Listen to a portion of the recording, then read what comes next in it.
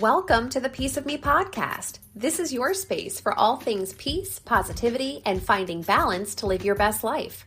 Life gets busy, and at times it's messy. I'm here to help you clean things up and put peace back in its place. I'll share tips, ideas, interviews, mindset shifts, and fresh perspectives to help you along the way. Hi, friends. It's Lexi Lee. If you're new here, welcome. And if you're not new, then welcome back and thank you for coming back to the podcast. I'm so glad you'll be joining me today for another episode in the Mental Health Awareness series. This month on the Piece of Me podcast, we are talking about the hard stuff, the conversations that we are sometimes afraid to have or share because they're personal and very private. And sometimes technology isn't always on my side. There are a few glitches in the audio, so my apologies. I just want to keep it real. And that's what my guest today did too. He kept it really real. My guest went through several things, one after the other, for 5 years. 5 years. He felt like he just couldn't catch a break, and life was working against him. Now he's opening up about his struggles with debt, divorce, a layoff, and so much more. He had to start over again at 46. Let's take a listen. Joining me on the Piece of Me podcast today is Glenn. So Glenn, welcome to the podcast. Thanks, Lexi. I appreciate it. Big fan and looking forward to sharing my story with you. Absolutely. And you and I were talking a little bit offline. And your story is really, you've been through so much, and I appreciate that you're willing to share a lot of personal information with our listeners today because it is Mental Health Awareness Month. And I think what's great is we're getting more comfortable and being more open with these conversations because, you know what, we all do struggle with things at different times. And it's okay to be vulnerable with each other and to share those things because they can help other people. So before we dive into your specific story, will you just kind of tell us a little bit about yourself first? Sure. I'm a 50-year-old man and a divorced father of 3 and love sports, love my family, and how my life has turned out after coming through a little bit of like what we'll talk about, that dark cloud that followed me is I'm on the right side of that now. Oh, I'm glad to hear that. I really am. So again, we were talking a little bit offline, but if you kind of could start where you're comfortable and kind of take us through maybe when that black cloud first found you. Sure. And I'm going to preface this by saying what I'm going to talk about happened over a relatively condensed period of time of 5 years. So, just to give background, for job reasons, had to move to a different state with my family, with young children, and we're a place where we had no support. So there was some stress that goes on there. Financially speaking, I was not quite where I am at this point. So there's a lot of hand to mouth, month by month, robbing Peter to pay Paul to get the bills done. Unfortunately, I had a partner who didn't help with debt relief, which also added the stress, and the house itself almost seemed like it was actively fighting against me. It was a money pit in various ways. There was constant repairs that needed being done, and the big thing that really added a lot of stress to us is we had no water for an extended period of times because we had a place, unfortunately, that did not have a great well. And if it was a dry summer or if someone forgot and like the toilet was running for a little while, all of a sudden we'd have no water. And for people who have been on public utilities, probably for a majority of life, you have no idea what that means. You can't flush a toilet. So right there, the implications. You can't take a shower, obviously. You can't wash dishes. You can't do anything. You're kind of paralyzed from that. Like really what that came down to is a lot of like getting up for school, getting ready to go to work. I had to go to my gym. My kids had to stay overnight at their friend's house, or we all went to truck stops at different times that had showers, because that's how we had to live at different times for extended period of times until the wells did replenish themselves. So all this is going on, and obviously in an environment that me and my wife are being more distanced from each other, feeling a little angst towards each other. The stress of the situation didn't help things. Then I lost my job that I had. So all of a sudden, my way of providing for my family, and I was the only one working at the time, so that got shut off as a complete blindside in the month of December, by the way, which was made a very nice Christmas when that happened. Obviously a bad thing. So again, I have to scramble. I'm starting to, the pressures on me. And obviously finances weren't great before. Now there's no money coming in, so you can imagine the tension that goes on between everybody while trying to shield my kids from everything's normal, everything will be fine. I'll find another job, and the good thing is I did find another job now, but there was a cost to that. The state that I worked in did not have a lot of opportunity in my particular field. So I had to extend my net out to like where I was going to go. And at the time, my mother, who lived in a different state, was having some health issues within the last decade. We lost my father, so she was living alone. And it was a perfect opportunity for me to have a landing spot, get a job, which I ended up doing, and also being a help to my mother as we go through that. Got a new job with a great company, was very happy for it, was just starting to I work in sales, so a lot of my job requires, face-to-face meetings and all of those type of things. And then COVID hits, and obviously, so before I can even get new relationships with these accounts, all of a sudden I can't see anybody. We have to try to figure out different ways, virtually, whatever. Life changed for everybody with COVID. I like to say my life changed dramatically from COVID, not only professionally, personally, because I lost my sister to COVID during that time. My younger sister, who died at the age of 46. I don't want to get political on anything, but she was an anti-vaxxer, and it was completely avoidable. And that made it even more tragic that they left behind three beautiful girls and a devastated husband. And that added to the stress from that point. Obviously, as I'm not living with my family, there's stress going on there. I'm trying to drive back and forth 4 hours one way on weekends just so I can keep whatever contact I can with my kids in a relationship, and maybe, if it's possible, try to save my marriage. Ultimately, that did not happen. During the separation time, um, my kids were turned against me because I was a convenient scapegoat for anything that went wrong because I wasn't there to defend myself. And, you know, finally ended up in divorce. And divorce is, I wouldn't wish it on anybody. It's a tough thing to go through, especially when you have children.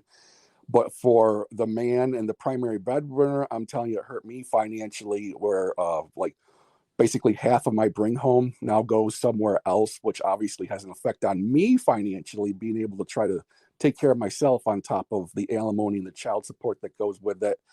Um, and like, so that's kind of where things were just like, I'm like, oh, I don't know if I could take any more of this. How much more is it going to be? And then, like, kind of just reflecting on, I'm a 50-year-old man at this point. This is not how I thought my life would be turning out. And your mind can go some dark places. What's life about? What's all this worth? What's the point of it all? So I was in kind of that kind of headspace. Yeah. And wow, I think right now, a lot of listeners are probably just processing and trying to, follow you along. You just shared so much. And I'm sure people didn't expect to hear what they did because there was so much. We talked about that black cloud in the beginning, and they probably didn't expect that big of a black cloud. So first and foremost, thank you for being that open and vulnerable with the audience. And my apologies and condolences on behalf of your sister for that loss. And you've been through much. And I want to just take a moment because first, you're not Mental Health Awareness Month. And I think there's something to be said about that too. I'm glad that both men and women are having these conversations, and we're putting our stories out there, and that's such a great thing. So let me kind of go back to some of the details you shared in the beginning, because I want to make sure the listeners are with me on this, because there was so much that was shared. You mentioned living in a house that didn't have any water. and having to go to the gym or a truck stop. I mean, these are things that we take for granted. And you don't have running water because your house had issues with the well or whatnot. I mean, I can't even imagine just the stress of, having three children that are likely in sports and there's probably a ton of laundry. And even just to, you know, have running water. You guys don't Uh, even have that. Like you said, not even to wash the dishes. I mean, how long did that go on flush for? flush the toilet, by the way. So you got to go to the bathroom with like you got to like I had to buy gallons of water and to fill up the tank to keep my house from being a cesspool on top of that. So because when we lost water, it wasn't for an hour or two. It was for like the longest we ever did was a week. We lost Oh water my for. gosh. Oh And you have my no gosh. idea that it's like living in a third world country. It's not an American thing that people can wrap their heads around unless you had to deal with it. And like I said, that was just the tip of the iceberg of a bunch of other stuff that was going on. Like the regular, when you had introduced something like that, all the regular ups and downs, more downs get magnified more too because their stress levels so much higher on both ends. So like it was not a great place when that stuff was happening. To this day, Lexi, I cannot take a long shower because I was always so worried about running out of water or doing anything. I get my business done in a minute and a half at the most. I just can't physically be in the shower for that long because I'm still in the back of my mind worried about running out of water. Wow. Wow. And like you said, I mean, it's stress on at the time you and your wife, and then of course your kids, and you're trying, I mean, okay, great point. You're dealing with that in the house.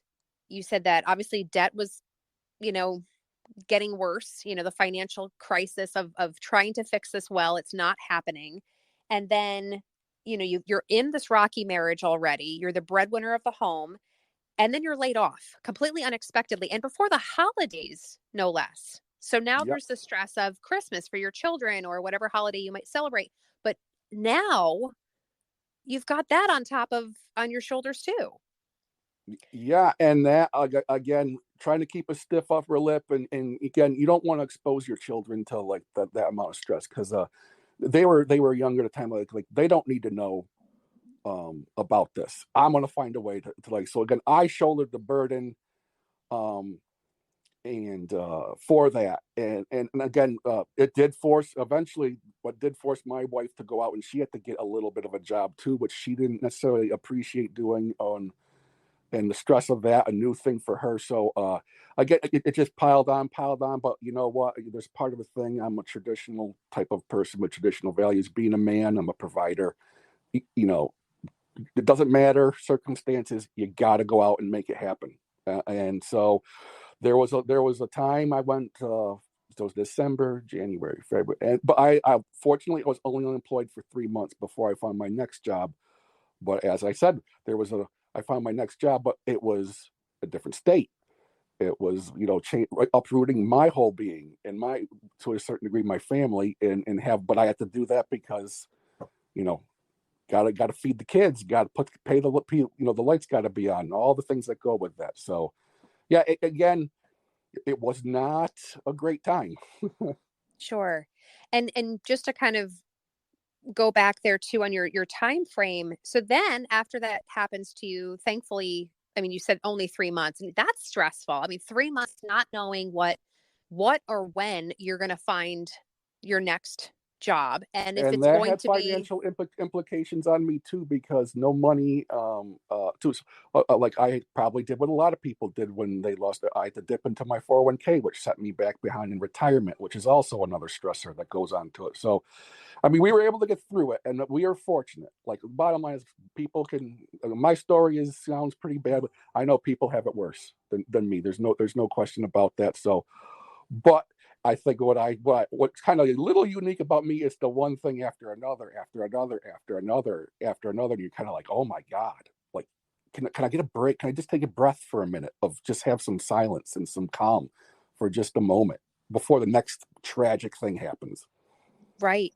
And I think you're bringing up a good point because this is life. Like this is real life. This is not this is the stuff that does happen. People do lose their jobs. And this is not to take away from your experience by any means, but this is why it's so important this month. I mean, it's important all year round, but especially putting a focus. That's why the podcast is focusing so much on mental health awareness this month, because these are the things that do happen in real life. People may not have to some of life's basics, like running water in someone's household. And there's always that saying that you never know what someone else is going through, or that somebody's always fighting a battle that you know nothing about. And, yes, you had so many things happen consecutively, but this is real life. Like, people do lose their jobs, things happen. Debt is a real thing. And I'm really appreciating everything you're sharing with us. So after this happens, you said you were unemployed for 3 months. You wind up moving a state away. So now you're 4 hours from your children and your wife. And if I'm doing the math here right, that means you moved in with your mom at 46 years old? Yes.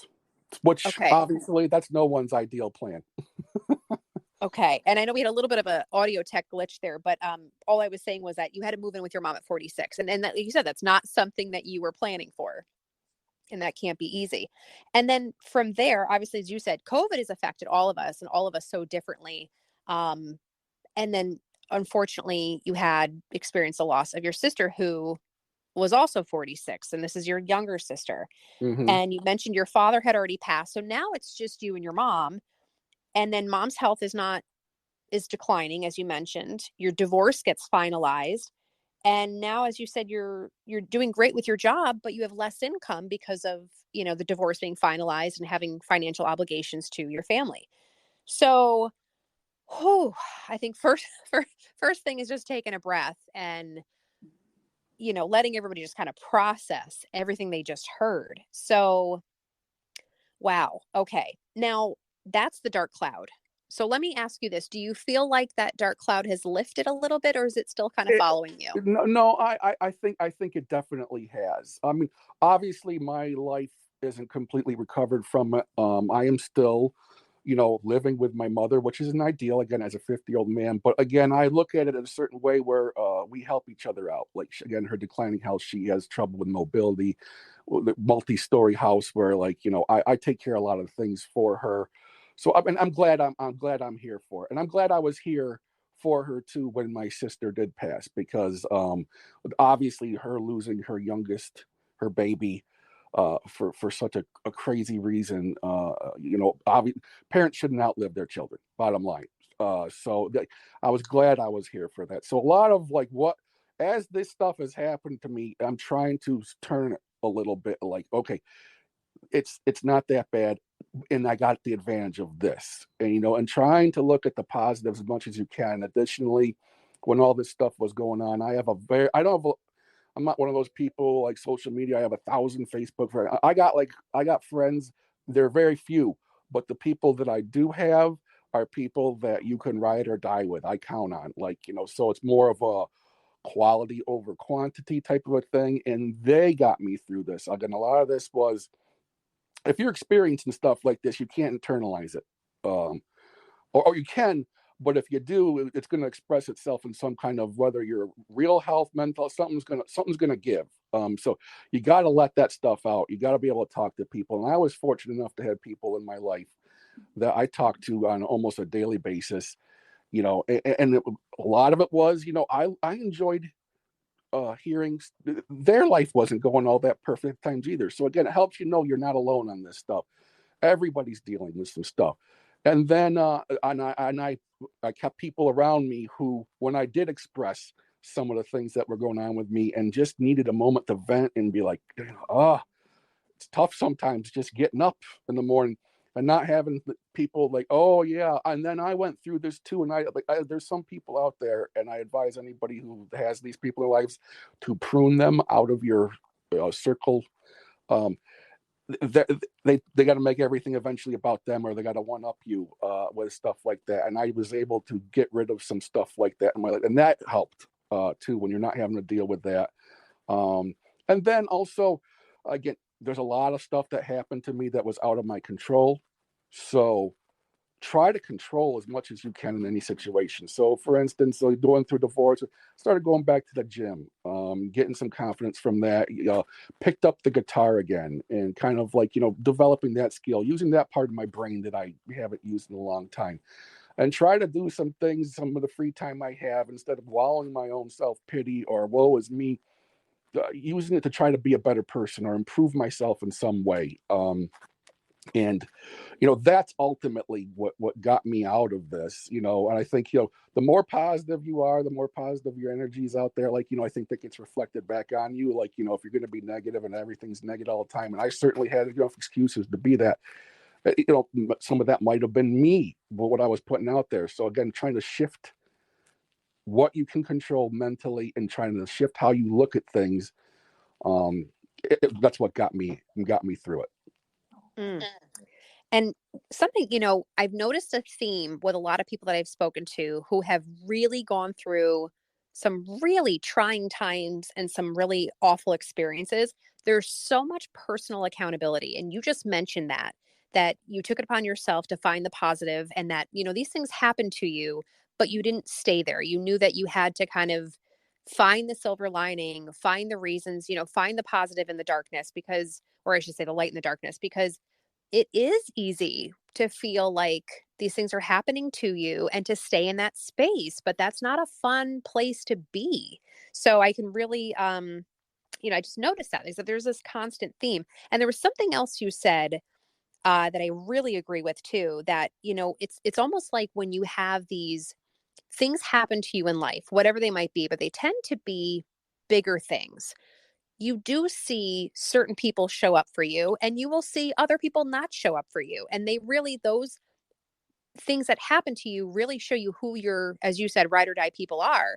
And it might be through an experience that you realize, you know what, like you said, you use the word prune. It might be a time to remove some of those people from your circle, because maybe they're not best supporting you, and maybe they're just not best for you to be around at that time. So, I want to recap, because you've shared so many great things with us. You've shared a lot of the dark that you've gotten through, but a lot of the good things. You mentioned you have a great job. You're doing well in your job. You are, some people might hear this and say, "Oh my gosh, he's 50 years old. He's living with his mom." And you bring up such a good point. You are there to take care of your mother as she does age, and obviously, given the situation that happened, unfortunately, with your sister, that you were there to take care of your mom and she to take care of you. Yeah. And then you mentioned having new hobbies with the guitar, going to the gym, doing things that felt good. You mentioned trying to get your confidence back. You also mentioned just being closer with extended family of, what happened with your sister. That's kind of brought people together. You also mentioned that, this is something, I don't know if people caught this, but you mentioned something about social media. And I know offline you and I were talking, but you've mentioned to me that you actually are not on any social media.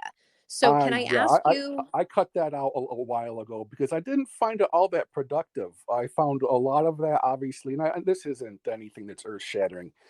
A lot of that's a fake lifestyle or whatever, and like a lot of that's keeping up with the Joneses, or they're this, or there's a lot of people who are just plain out mean and can do some crazy stuff just because they're not looking you in the eye. They get to hide behind a computer. So I looked at what's my return on investment for being in social media, and I didn't see a lot of benefit from me personally. Everybody obviously can make their own choices on that. I shut it off, and part of that too is like that's also, by the way, in case anybody, I am happily being single and enjoying my time more. My kids are getting older now; they're getting towards college and stuff. They don't need me for. I get to kind of set my own schedule, do my own thing based on what I want, and I am thoroughly. That has helped immensely mentally for me too, where I'm able to take some time for me instead of being run ragged because I'm always in service of everybody else and different stuff like that. So it's the social media, being single and enjoying it. Again, that's helped out a lot too. Yeah, that's a good point to make. And it's interesting too to hear it from a dad's perspective, because we have talked on the podcast with moms, and also just some, moms have a lot of guilt with wanting to put themselves first. But, you're hearing it from a dad who is saying, listen, I'm focusing on myself. It's okay to make yourself a priority too. Your kids are taken care of. It's okay. And it's also helping you in your recovery, get through this hard stuff. Now, I have to ask because you mentioned the guitar. So do you have one guitar? But I think you might have said you have more than one guitar.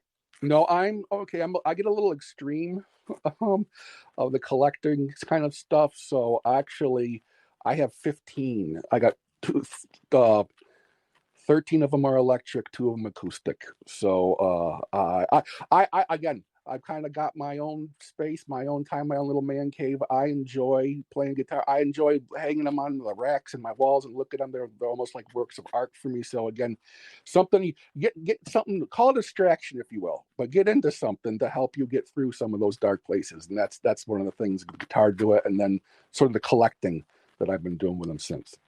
That is awesome. I love that. So also just to kind of point out, you did mention too, you're closer with extended family. Your relationship with your kids has improved. You are now debt free. That was something that I know you mentioned to me offline. And I think you even mentioned you actually have a savings account now, which is Yeah, oh yeah. good. That, by the way, yeah. We talked about the house a lot during the divorce. Obviously, that house was able to be sold, and again, a good part of the story, because there's a lot of negative. I was able to sell my house before the interest rate started getting out of hand, and like the price for property, I got the maximized bonus for it. So with that, with us splitting the house 50-50, all of that was paid taken care of, which again, and I know a lot of people, and I lived with majority of my life with debt being a problem. Again, how much that helps you mentally, not knowing that if something happens, you're fine, you're covered with it. Not living like paycheck to paychecks type of stuff anymore. That has been a huge thing, and again, a positive spin, if you will, out of the divorce. That was it allowed me to be debt free. And I think you've done a lot of that. You've had a negative thing happen and you found the positive spin on that, which is huge. So, people who are listening to this right now, in case they are also going through maybe not just one really hard thing right now, but maybe they too have a black cloud that seems to follow them and they're trying to get through it and they feel hopeless. Or just, they're wondering when the black cloud's going to leave. What advice might you have for somebody who just needs a little bit of help kind of getting through whatever they're going through? Number one, you can't do it on your own. It really helps to have, if you got a good friend. All you need is a good friend, one ear that you can lean on for a little bit. But here's what you can't do too. If you got that good friend and he's willing to help you out, she's willing to help you out, you can't just keep complaining about your situation.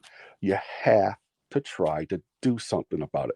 As like I said, control the controllables. I couldn't control a lot of stuff that was happening in my life, so I picked up some hobbies. I did some other things. I tried to improve myself in different ways. Like control what you can control, and the rest of it come back to you.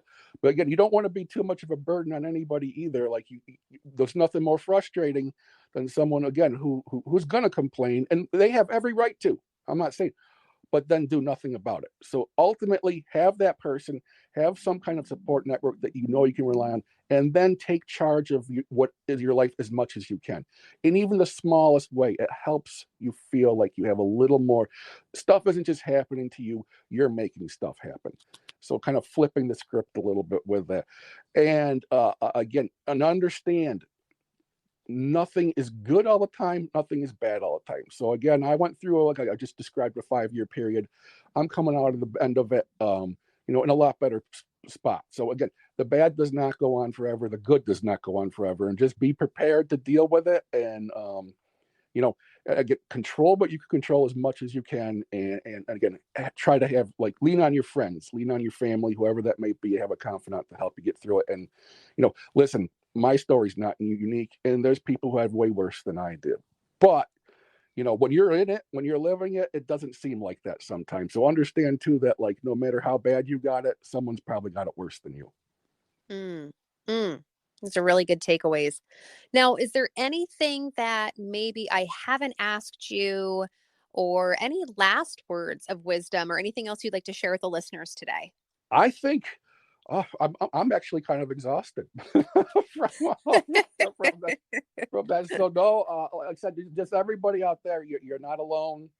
especially when you're talking in the mental health in the month of May. Like, you're not alone, and reach out to somebody. You'd be surprised. There's a lot of people who are probably can identify with it, can help you, or maybe they went through a similar experience and they can maybe give you some advice on how they got through it. And that's the worst thing you could do is be silent. Don't be silent and suffer in silence. Do not do that. I love that. Don't suffer in silence. Yeah, this podcasting gig is hard, right? It's exhausting now. Yeah. All right. Well, Glenn, thank you so much for joining us on the Piece of Me podcast today. It's been so enjoyable chatting with you, and thank you so much for sharing your story with the listeners. I appreciate it, and good luck to the future of your podcast. Again, everybody listen to Lexi. All right. Thanks, Glenn. Thank you. You have a good day.